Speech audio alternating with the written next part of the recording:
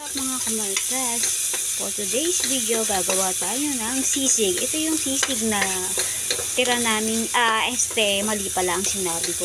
Ito pala yung longganisa na tira namin kagabi. So gagawin ko, ayan, ano ko na, minash ko na, tapos gagawin ko tong sisig. Ito yung longganisang kalumpit. So gagawin natin siyang sisig. Yan, ilagay na natin yan.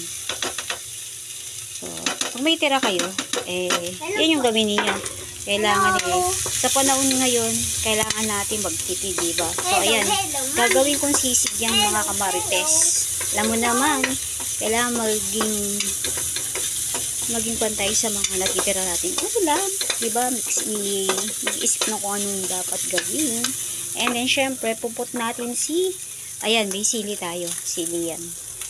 So, ayan. Ganyan lang, mga kamarites, pag tipid-tipid yan. So, ginawa natin siyang sisig. So, huwag na mag-itlog. Mahal yung itlog ngayon dahil mahal din yung manok. So, ayan, ginawa kong sisig yan.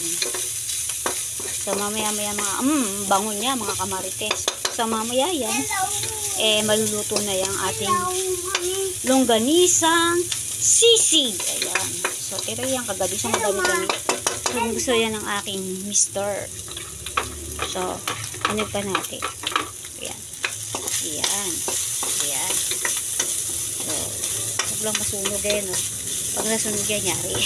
Hindi na masarap ko. So, for today's, babush muna tayo. Bye-bye, mga kamarites!